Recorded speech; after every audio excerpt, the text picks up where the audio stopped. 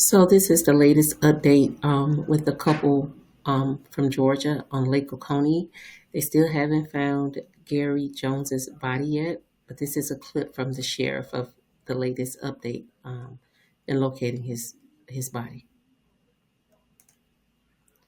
A newly identified area. Jones was last seen on February 8th. Cadaver dogs have detected a possible scent in an area perpendicular to where Jones's shoes were found, floating just upstream from where the body of his fiancee Jocelyn Wilson's body was recovered.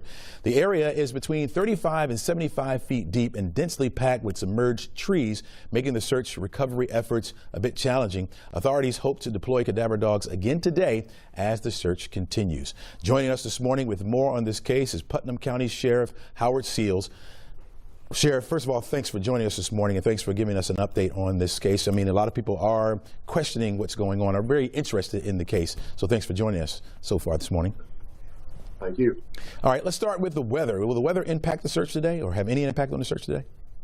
It will. It's supposed to start raining here around 10 o'clock and will pass around 1 or 2 o'clock. So that's going to So while it's raining, you can't go out? Is that how the weather affects the search? Well, you could, but it's not optimum conditions for the dogs, as they tell me anyway. Gotcha. Let's talk about that possible scent. How could this be significant for you guys? Well, several dogs yesterday. There was a big effort yesterday with several dogs out, and several different dogs all had hits in the same general area. I don't mean the same exact area, but let's say an area 50, 75 yards in circumference. This is out in the standing and fallen timber area, which was in close proximity, not immediately next to where his shoes were found floating in the water.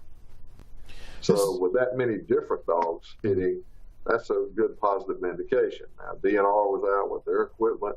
The State Patrol was there with their underwater drone operation, and they're looking. But people have got to understand this. They're trees just all on top of each other, cross, some still standing, huge root. You look down at your sonar or whatever, and these roots could even look like a person. It is a maze of limbs and trunks of trees under the water. Wow. So this is day 11, if I'm not mistaken, and the body has been in the water. At what point do you think the body could submerge from the water, or would it ever? There's scientific principles involved here that go back to Archimedes and buoyancy. But given Mr. Jones's weight, body structure, and the temperatures we have there, you can look this up on the internet. Anybody can. The body will surface if it's 40-degree water.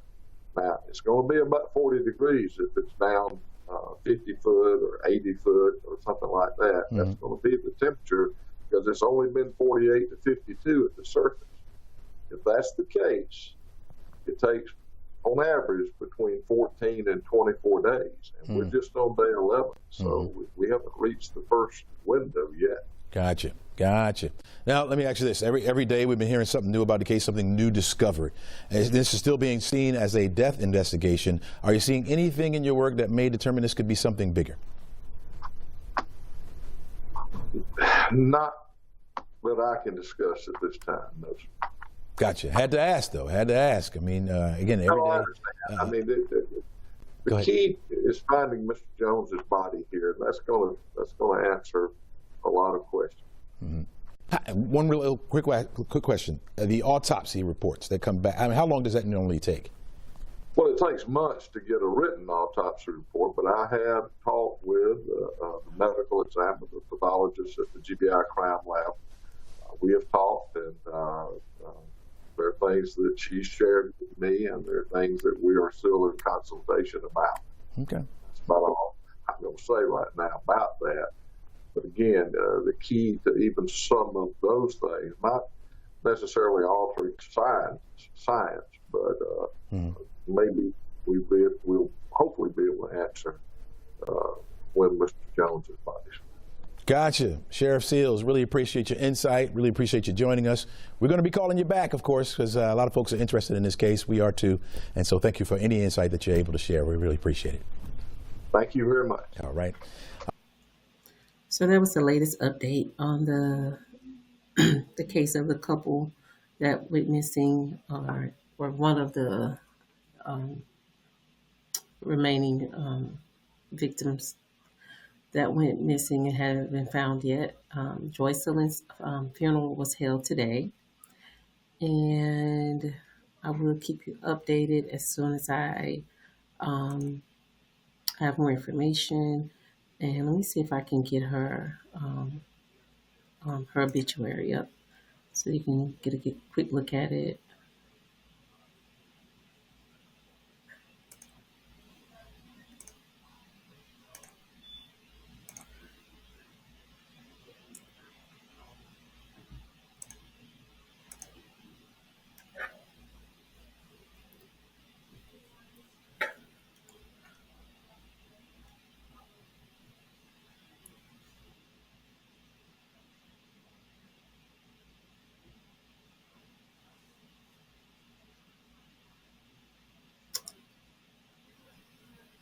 Trying to get her obituary uploaded here so you can kind of see.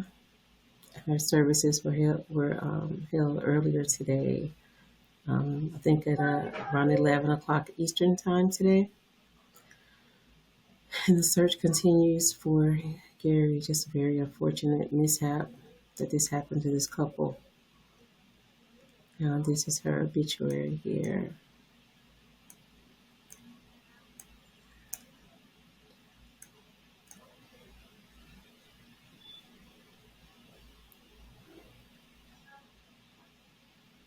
Nice picture of her.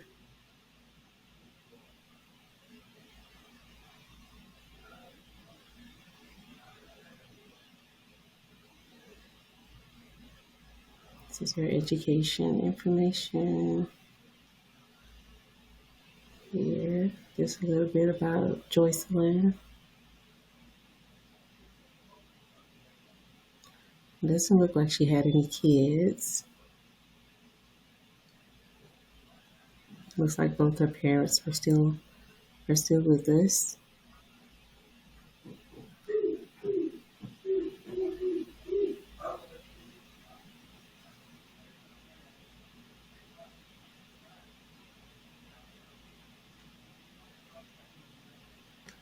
And that's it. And I thank you so much for tuning in with me. Thanks for watching True Crime with Denise. And I'll see you in the next one. Bye bye.